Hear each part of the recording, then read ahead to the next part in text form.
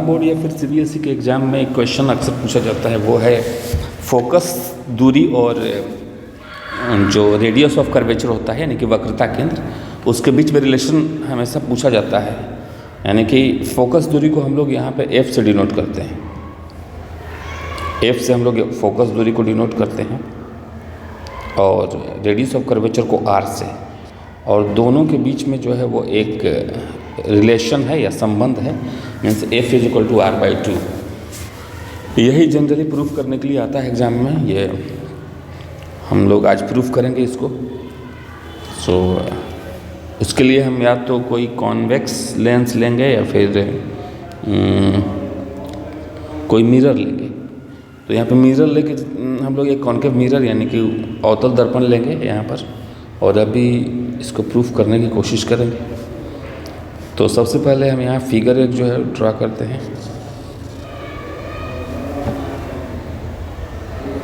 एक minute, figure को जो है थोड़ा सा और क्लियर होना चाहिए। ये जो है एक मिरर का फिगर है और एक इसमें प्रिंसिपल एक्सिस जो इसके ठीक सेंटर से पास करेगा वो इसको कंस्ट्रक्ट कर लेंगे, और फिर एक ऐसा लाइन इसमें ड्रॉ करेंगे जो कि इस प्रिंसिपल एक्सिस यानी प्रधान अक्ष के समानांतर एक जो है वो रेखा आए, और वो जो है मतलब परावर्तन के बाद या रिफ्लेक्शन के बाद वो सीधे फोकस से होके जो है वो गुजरेगा। तो उसको भी हमें इसमें कंस्ट्रक्ट कर लेना है, ड्रॉ कर लेना है। तो ये है पैरेलल लाइन, वो इस तरह से पास होगा।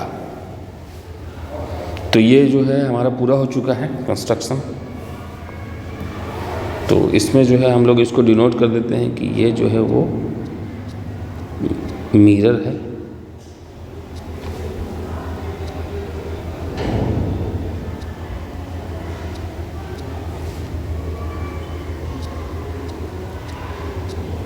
तो ये क्लियर होगा कि ये मिरर है। यहाँ पे इसको कुछ भी नाम दे सकते हैं। मिरर को हम लोग जो है MN का इसका एपर्चर है, MN इसको नाम देते हैं।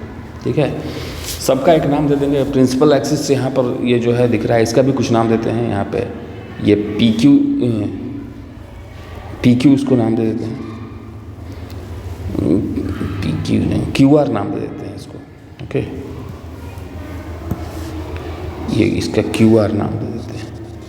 और जो ये मिरर है इसका एक केंद्र होता है, उस केंद्र को हमें नाम देना है P से, उसके केंद्र को नाम दे देंगे, यानी कि यहाँ पे P है।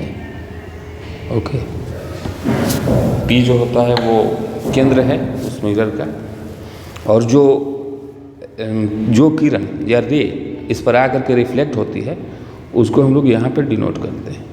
ऐसे इस तरह से हम लोग डिनोट करते हैं, और जो है परावर्तन के बाद या रिफ्लेक्शन के बाद जो किरण निकलती है उसको इस तरह से डिनोट करते हैं।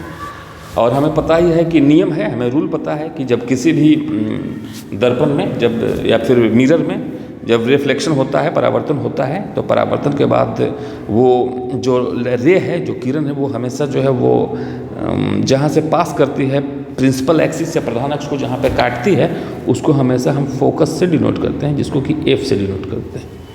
तो ये क्लियर है। और ये जो यहाँ पे मिरर हम लोग जो लेते हैं, वो मिरर जो है किसी खोखले गोले का एक हिस्सा होता है।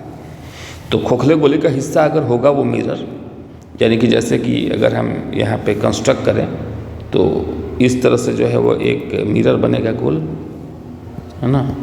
ये गोल मिरर बनेगा और इसका कोई ना कोई केंद्र होगा। ठीक है, और उसी केंद्र को जो है हम लोग जो है डिनोट करते हैं, उस केंद्र को हम लोग C से डिनोट करते हैं।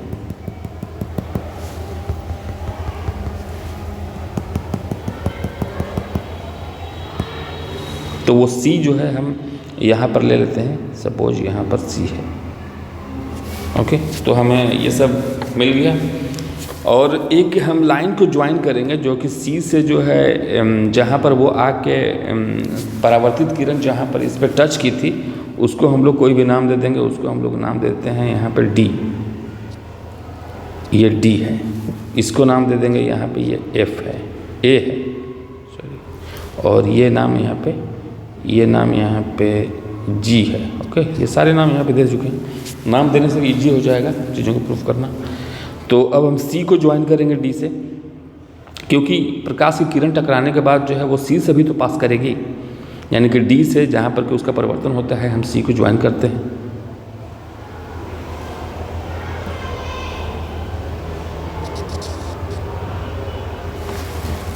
तो इस तरह से हम उसको ज्वाइन कर दिए।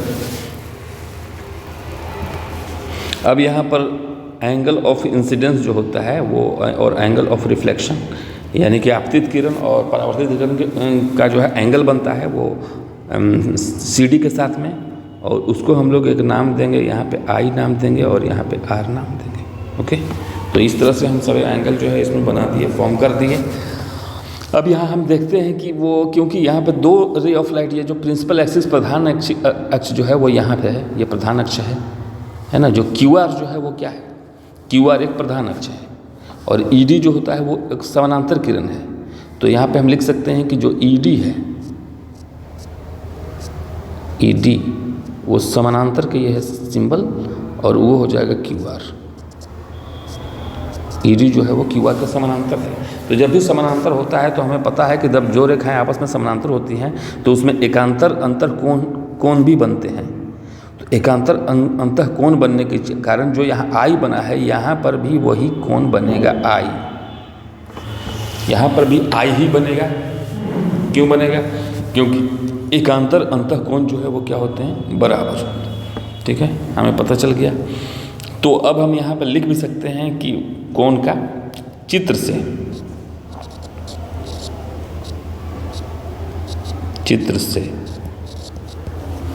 से हमें क्या प्राप्त होता है? हमें प्राप्त होता है कि यहाँ पे लिख दें ई डी समानांतर, ई डी समानांतर क्यू आर, ई डी समानांतर क्यू आर। तो उसके चलते फिर जो एकांतर अंतः कोण बराबर होते हैं, कोण को हम नाम लिखेंगे ई डी सी, कोण ई डी सी बराबर कोण डी सी एफ, कोण D C F, D C F कहें या फिर डी सी पी कहें, वो दोनों बराबर होंगे। यानी कि फिर दोनों का वैल्यू कितना हो जाएगा? दोनों का वैल्यू हो जाएगा आई। ठीक है, क्योंकि दोनों बराबर हैं और दोनों आई हो गए। तो अब हम लेते हैं एक त्रिभुज, हम लेते हैं त्रिभुज का नाम होगा एफ डी सी, एक त्रिभुज है, इसलिए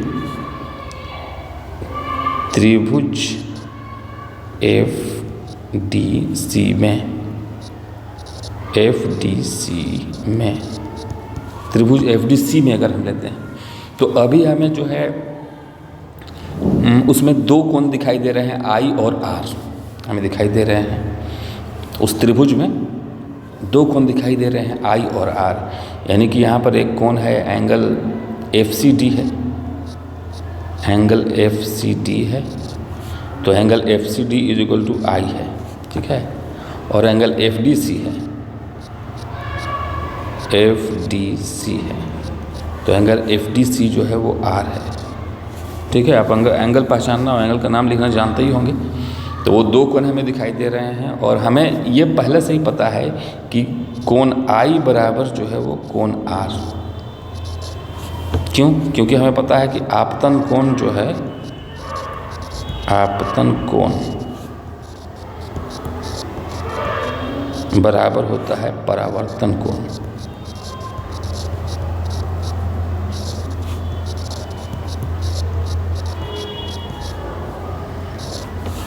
तो चित्र में हम पहले ही आई इक्वल टू आर पूछ सकते, क्योंकि सी डी जो है वो यहाँ पे एक नॉर्मल यानी कि एक परपेंडिकुलर की तरह भी काम करेगा। सी डी को चित्र में देखें, और जो है एंगल ऑफ इंसिडेंस यानी कि आपतित किरण से एंगल बनती है आई और फिर परावर्तित किरण से आर, तो आई और आर इसलिए बराबर हो गए। तो अगर हम इनको मिलाएं, जब आई और आर बराबर हो गए, इसलिए त्रिभुज एफ सी डी जो है उसमें आई और आर जब दो कोण बराबर हो गए, इसलिए त्रिभुज एफ सी डी जो है वो क्या है? अब एफ सी डी एक समद्विबाहु त्रिभुज है, समद्विबाहु त्रिभुज है, समद्विबाहु त्रिभुज है। एफ सी डी जो है वो एक समद्विबाहु त्रिभुज है। और समद्विबाहु त्रिभुज में केवल दो कोण ही बराबर नहीं होते हैं, बल्कि दो भुजा भी बराबर हो जाती है। दो कोण तो यहाँ पे बराबर दिख रहे हैं, आई बराबर आर, अब उनके सामने की भुजा भी बराबर हो जाएगी, यानी कि एक, इसलिए एफ सी हो जाएगा is equal to F C बराबर हो जाएगा एफ डी के, एफ सी बराबर एफ डी हो जाएगा। ठीक है, यहाँ तक तो क्लियर हो गया। और अगर दर्पण बहुत ही छोटा है, दर्पण का बहुत, अगर छोटा दर्पण लेते हैं तो उसका अपर्चर बहुत ही छोटा हो जाएगा। ठीक है, और जब अपर्चर बहुत छोटा हो जाएगा तो जो यहाँ एफ डी हम लोग ले रहे हैं,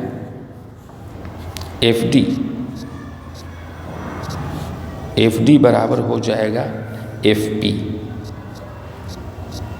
एफ डी बराबर एफ पी हो जाएगा। वो कब होगा? जब दर्पण का एपर्चर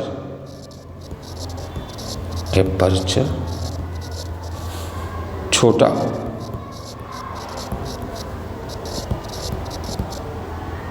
मतलब दर्पण का जो रिफ्लेक्ट करने वाला जो सरफेस है, सतह है, वो अगर छोटा हो जाए तो वैसे कंडीशन में जो है वो ये दोनों मिल जाएगा, एफ डी और एफ पी दोनों एक पॉइंट पे आ जाएगा। और हमें पता होता है कि एफ बी जो होता है वो फोकस से ध्रुव के बीच की दूरी होती है, और इसलिए एफ पी बराबर हम लोग पहले भी यहाँ लिख सकते हैं, एफ पी बराबर असल में एफ से डिनोट करते हैं, फोकस से, फोकल लेंथ से एफ पी को हम लोग डिनोट करेंगे फोकस लेंथ से। अच्छा, और यहाँ पे पी सी जो होता है, पी सी को हम लोग डिनोट करेंगे वक्रता केंद्र यानी कि आर से। ठीक है, यहाँ पे हमें पता चल गया।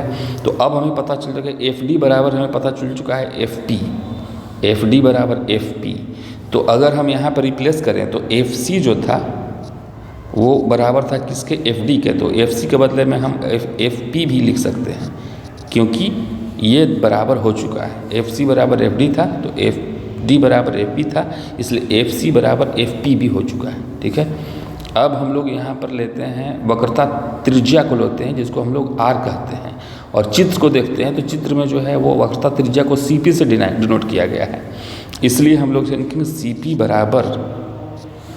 बराबर हम लोग लिखेंगे। तो सी पी को चित्र में अगर देखते हैं तो यहाँ से यहाँ तक ये जो है सी दिखाई दे रहा होगा चित्र में, और पी भी। तो सी पी बराबर जो है वो सी एफ प्लस एफ भी लिख सकते हैं, C F plus F P. चित्र में जो है वो C F plus F P जो है यहाँ पे लिखा हुआ है। अब सबका वैल्यू डालते हैं। सी पी का वैल्यू जो होता है वो है आर है। ठीक है, और हमें पता है सी एफ और पी एफ दोनों इक्वल हैं, तो हम क्या करेंगे, जो सी एफ ले रहे हैं उसकी जगह पर एफ पी ही ले लेंगे। इसकी जगह पर हम लोग एफ पी ले लेंगे, क्योंकि दोनों इक्वल ही हैं। तो अब हमें मिल गया यहाँ पर, ये तो आर मिल गया हमें, और यहाँ पर जो एफ पी का वैल्यू है यहाँ पर देख सकते हैं, एफ पी बराबर हम लोग एफ लिए यहाँ पर। तो उसको हम लोग जब रिप्लेस करेंगे एफ से, तो यहाँ पर भी एफ होगा। तो अब हमें निकल के आ गया यहाँ पर क्या, यहाँ पर हमें निकल करके आ गया कि आर जो है is equal to 2f, R is equal to 2f आ गया। ठीक है, और इसलिए हम इसको लिख सकते हैं F is equal to r/2। तो ये एक रिलेशन बन गया। यही रिलेशन संबंध जो हमें प्रूफ करना था, वेरीफाई करना था, वही हो गया। ये फोकस दूरी और वक्रता केंद्र के बीच में यही रिलेशन एग्जाम में आता है, और यही यहाँ पे प्रूफ है। सो इसके रिलेटेड जो भी इशू हो या फिर क्वेरी हो वो हमें कमेंट करके इसमें आप पूछ सकते हैं।